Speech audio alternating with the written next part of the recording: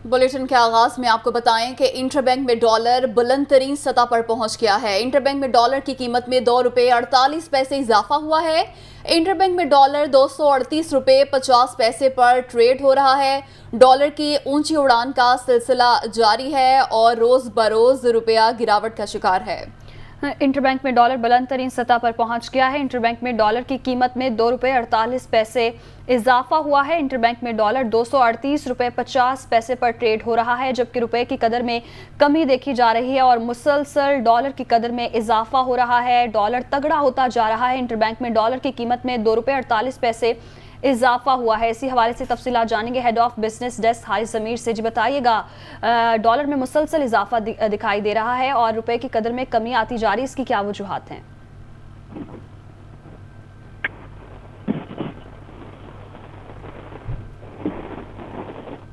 हारिस ज़मीर से भी तफसीलात लेंगे। आपको बताते चलें कि इंटरबैंक में डॉलर बुलंद तरीन सतह पर पहुंच गया है। इंटरबैंक में डॉलर की कीमत में ₹2.48 इजाफा देखा गया है। इसी हवाले से बात करेंगे head of business desk Haris Zameer से। जी कहिएगा। रीजन है कि डॉलर जो है उसकी किल्लत है और सिर्फ हुकूमत की तरफ से और फाइनेंस मिनिस्टर और स्टेट बैंक की तरफ से कहना चाह रहे हैं कि हम इकदाम ले रहे हैं और हमने लोगों से या कंट्रीज से बात की गई है, इंस्टीट्यूशन से, लेकिन फिजिकली जो है डॉलर की अवेलेबिलिटी नहीं है और मुसलसल जो है वो डॉलर का डिमांड जो है वो इंक्रीज नहीं हो रहा है। कल करंट अकाउंट डेफिसिट जो खसारा होता है उसके रिजल्ट आए हैं, वो भी $17 बिलियन है, ये तशवीशनाक लेवल है। तो हमें सिर्फ और सिर्फ उम्मीद ये कि जल्द से जल्द IMF से रिलीज हो, उसके बाद ही कुछ मुस्तहकम होगा। लेकिन ये एक बहुत ही तशवीशनाक बात है कि रोजाना जो है 2 से 3 रुपए जो है वो रुपये की कदर मुसलसल कम हो रही है। जी, रुपए की कदर मुसलसल कम हो रही है। बहुत शुक्रिया, आपने अपडेट किया। कराची में रात को होने वाली बारिश इंतजामिया की नाअहली के बायस शहरियों के लिए जहमत बन गई। शहर के मुख्तलिफ मकामात पर पानी जमा है। कीचड़ के बायस सुबह सवेरे दफातर जाने वाले शहरियों को दुश्वारी का सामना करना पड़ रहा है। इसी हवाले से मजीद तफसीलात जानेंगे नुमाइंदा दुनिया न्यूज़ शुएब बुखारी से। जी शुएब, बताइएगा सूरत हाल।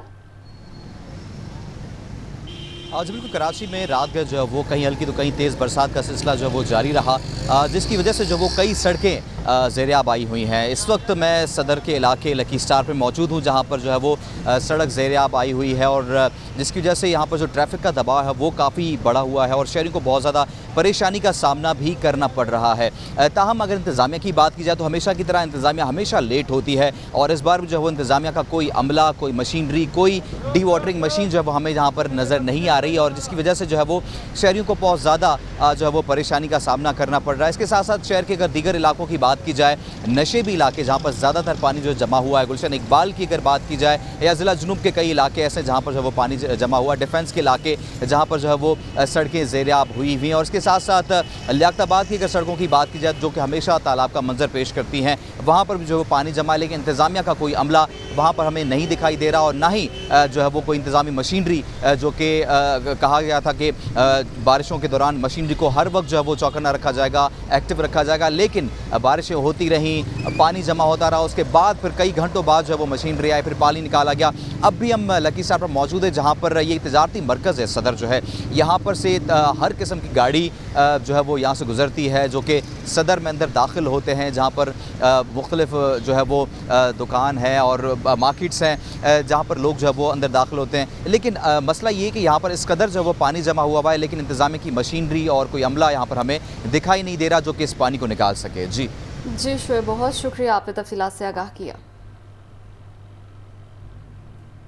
जफरवाल और गिरदोनवाह में मूसलाधार बारिश का सिलसिला जारी है। मुस्तफ़ाबाद मुस्लिम टाउन के घरों में पानी दाखिल हो गया। शहरी घरों में महसूर होकर रह गए हैं। दुकानों में भी पानी जाने से ताजरों को नुकसान पहुंचा। जिला इंतजामिया और वासा का कोई भी अहलकार फील्ड में मौजूद नहीं है। जफरवाल और गिरदोनवाह में मूसलाधार बारिश का सिलसिला जारी है। मुस्तफ़ाबाद और मुस्लिम टाउन के घरों में पानी दाखिल हो गया, जबकि शहरी घरों में महसूर होकर रह गए हैं। दुकानों में पानी जमा होने से ताजिरों को नुकसानात का सामना है, जबकि ज़िला इंतज़ामिया और वासा का कोई भी एहलकार फील्ड में मौजूद नहीं है। राजनपुर में मूसलाधार बारिशों के बाद नदी नालों में तुगयानी। राजनपुर में सैलाबी पानी से दर्जनों बस्तियां ज़ेर-ए-आब आ गईं। सड़कें टूट फूट का शिकार। राजनपुर में सैलाब मुतासरीन का अदम सहूलियात का शिकवा। राजनपुर में मूसलाधार बारिशों के बाद नदी नालों में तुगयानी। सैलाबी पानी से दर्जनों बस्तियां ज़ेर-ए-आब आ गईं। सड़कें टूट फूट का शिकार हैं और राजनपुर में सैलाब मुतासरीन का अदम सहूलियात का भी शिकवा है। साथ ही साथ आपको बताएं कि राजनपुर में मुसलसल बारिशों के सबब राजनपुर और मोहम्मदपुर के दरमियान पुल और राबता सड़क सैलाब की नज़र होने से आमदरफ्त मुअत्तल हो गई है। मजीद बता रहे हैं कमर सिराज।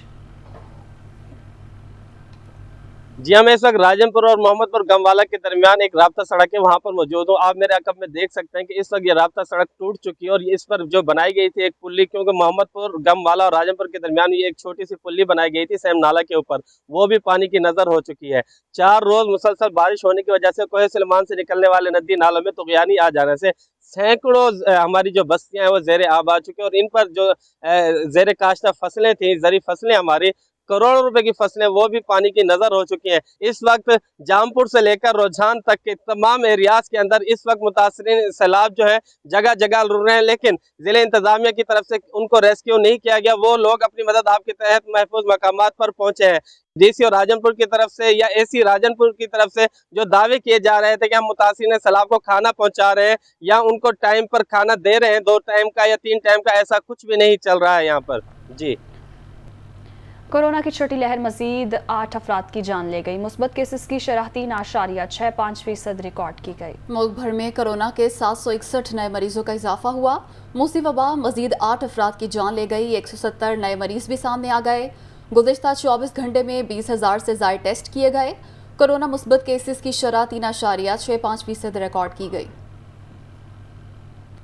कौमी असम्बली में खिताब का बुनियादी मकसद जमहूरी निज़ाम को मौसर अंदाज में चलाना था। ये कहना है वज़ीर आज़म का। ज़रूरी है तमाम रियासती इदारे मुक़र्ररा आईनी हुदूद में काम करें।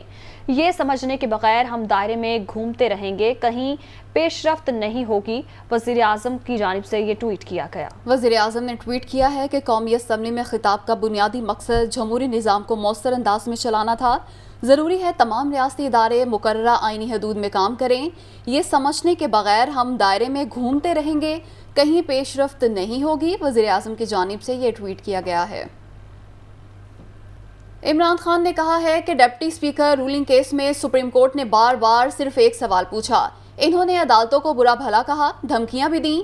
माहिरीन भी कह रहे थे इन्होंने गलत काम किया। इलेक्शन कमीशन के साथ मिलकर ज़िमनी इलेक्शन हराने की कोशिश की गई। किसी से दुश्मनी नहीं, हर एक से बात कर सकते हैं, लेकिन चोरों से बात करें तो मुआशरा आगे नहीं चल सकता। चेयरमैन पीटीआई ने शफाफ इंतखाबात के लिए इलेक्शन कमीशन की तश्कील 9 का मुतालिबा कर दिया। अपनी कौम का शुक्रिया अदा करता हूँ कि हर हरबा इस्तेमाल किया गया हमें हराने का।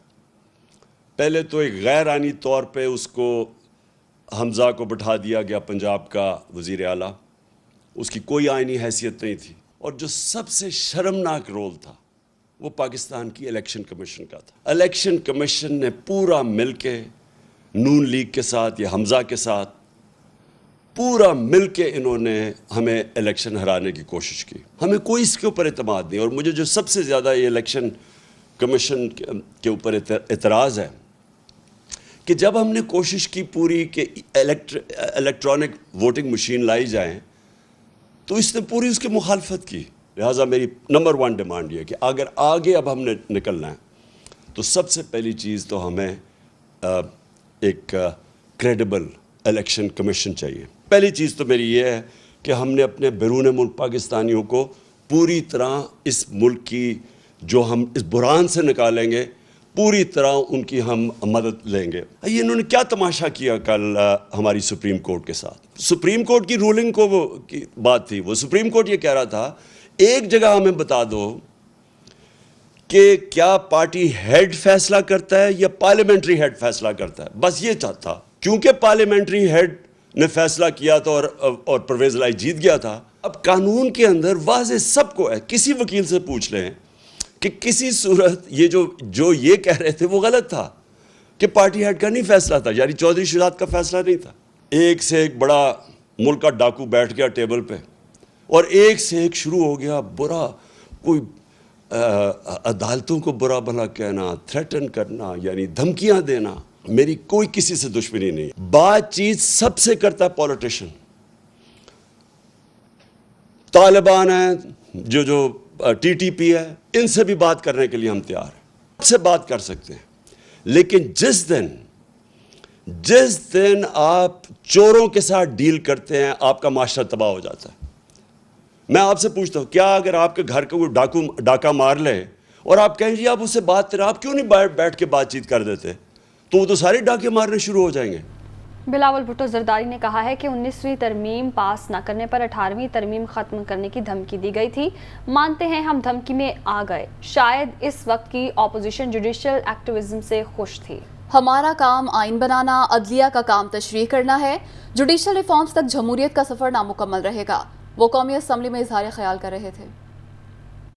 इस हाउस को, वक्त का वजीर आजम को, वक्त का वजीर कानून को धमकी दिया गया कि 19th अमेंडमेंट पास करे, वापस हमें अपना अख्तियारात दो, वरना हम आपका 18वीं तरमीम को उड़ा देंगे। मानता हूं कि यह हमारा गलती था कि हम वो उस धमकी में आ गए। हमें कभी 19th अमेंडमेंट नहीं पास करना चाहिए था। उस वक्त का ऑपोजिशन शायद इस किस्म का जुडिशियल एक्टिविज्म से खुश था। ऐसे नहीं हो सकता है कि हम सब के लिए एक दूसरा आइन और एक किसी लाडला के लिए कोई दूसरा आइन। इस हाउस का जिम्मेदारी है कि हम पार्लियामान का रोल का दिफा करें। हमारा काम आइन बनाना है और उनका काम है हमारा आइन को इंटरप्रेट करना। जमहूरियत का सफर है, वो सफर नामुकम्मल होगा जब तक हम जुडिशियल रिफॉर्म्स नहीं करें। तालबा करता हूं जॉइंट पार्लियामेंट्री कमेटी बना दे, हम कानून साजी करें। पार्लियामान पे, हमारा स्पीकर के रूलिंग्स पे आला अदलिया फैसला सुनाना चाहते हैं तो 100 बिस्मिल्लाह, मगर उनको पूरा का पूरा जजेस को बिठा के फैसला सुनाना पड़ेगा। Welcome back. जनूबी वजीरिस्तान के सैलाबी रैले टांक में दाखिल, शहरियों की नकल मकानी। सैलाब के बायस जनूबी वजीरिस्तान रोड की बंदिश, गाड़ियों की लंबी कतारें लग गईं। सैलाबी रैला सामान से भरा ट्रक बहा कर ले गया। ट्रक को निकालने के लिए रेस्क्यू 1122 की टीम पहुंच गई। जनूबी वजीरिस्तान के सैलाबी रेले टांक में दाखिल, शहरियों की नकल मकानी। सैलाब के बायस जनूबी वजीरिस्तान रोड की बंदिश, गाड़ियों की लंबी कतारें लग गईं। सैलाबी रेला सामान से भरा ट्रक बहा कर ले गया। ट्रक को निकालने के लिए रेस्क्यू 1122 की टीम पहुंच गई है। तो जनूबी वजीरिस्तान के सैलाबी रेले टांक में दाखिल हो गए हैं, जिसकी वजह से शहरियों को नकल मकानी करनी पड़ी। सैलाब के बायस जनूबी वजीरिस्तान रोड की बंदिश, गाड़ियों की लंबी लंबी कतारें लग गई हैं। सैलाबी रेला सामान से भरा ट्रक बहा कर ले गया, जबकि ट्रक को निकालने के लिए रेस्क्यू 1122 की टीमें भी पहुंच चुकी हैं। सैलाब के बायस जनूबी वजीरिस्तान रोड की बंदिश और गाड़ियों की लंबी लंबी कतारें लग गई हैं। सैलाबी रेला सामान से भरा ट्रक भी बहा कर ले गया है और ट्रक को निकालने के लिए रेस्क्यू 1122 की टीम पहुंच गई है। पाक बहरिया का सिंध और बलूचिस्तान के मुख्तलिफ इलाकों में रिलीफ ऑपरेशन जारी। पाक बहरिया के रिलीफ ऑपरेशन के दौरान सिविल इंतजामिया की मुआवनत। तर्जुमान पाक बहरिया का ये बताना है, ज़मीनी रास्ता मुनक़ता होने की वजह से हेलीकॉप्टर्स के जरिए राशन और दीगर ज़रूरी सामान पहुँचाया गया। सैलाब ज़दा इलाकों के आवाम को हर मुमकिन मदद फराहम करने के लिए कोशिशां है, ये बताना है तर्जुमान का। पाक बहरिया का सिंध और बलूचिस्तान के मुख्तलिफ इलाकों में रिलीफ ऑपरेशन जारी है।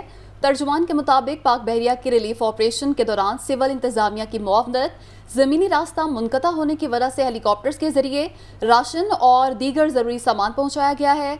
सैलाबज़दा इलाकों के अवाम को हर मुमकिन मदद फराहम करने के लिए कोशिशां हैं, ऐसा कहना है तर्जुमान का। मुल्तान में बिजली की तवील बंदिश और ओवर बिलिंग ने सार्फिन की जिंदगी अजीरन बना दी। घरेलू और कमर्शियल सार्फिन दोनों ही मैपको के खिलाफ सरापा एहतजाज हैं। इसी हवाले से मजीद जानते हैं ब्यूरो चीफ नुमान खान बाबर से।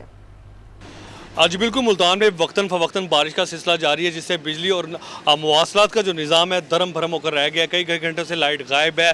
पहले बिजली की लोड शेडिंग थी और उसके साथ साथ जो है अब ये सूरत हाल है कि ट्रांसमिशन लाइनों को इशू बनाकर जो है अब बिजली बंद की जा रही है, जिससे कारोबारी ज़िंदगी जो है अब मुतासिर हो रहा है। परेशानी क्या आ रही है? लाइट है नहीं, बिल ज़्यादा आ रहे हैं, प्रॉब्लम क्या आ रही है आपको? सुबह से लाइट नहीं है, इतनी परेशानी हो रही है और बिल ना पूछोगे डबल से ट्रिपल हो गए हैं। अभी हम कहाँ जाएँ? जी बिल्कुल, मैपको को जनूबी पंजाब के 11 अजला के लिए 3800 मेगावाट बिजली दरकार है, लेकिन शॉर्टफॉल 1000 मेगावाट से तजावज़ कर गया, जिसकी वजह से शहरी इलाकों में 6 से 8 घंटे, जबकि दही इलाकों में 10 से 12 घंटे तक की लोड शेडिंग की जा रही है। लोड शेडिंग दोहरी अज़ियत, क्या कहते हैं इस सवाल से, परेशानी क्या है? 10-10 हज़ार के बिल आ रहे हैं, टैक्स पे टैक्स लगाई जा रहे हैं, लेकिन लाइट है जो आने का नाम ही नहीं लेती। हम लोग बहुत परेशान हैं, हुकूमत को चाहिए इसके बारे में कुछ सोचे। बिल्कुल, घरेलू और कमर्शियल सार्फिन दोनों ही सरापा एहतजाज है, एहतजाज का सिलसिला भी शुरू कर दिया है और मैपको काम से मुतालबा किया जा रहा है कि कम से कम जो शेड्यूल दिया गया है लोड शेडिंग के हवाले से सिर्फ उसी पर इम्प्लीमेंट किया जाए, ताकि जो उनके मसाइल हैं कारोबार के हवाले से वो भी काम हो सके, उनका जो ज़िंदगी है वो मामूल के मुताबिक चल सके। जी।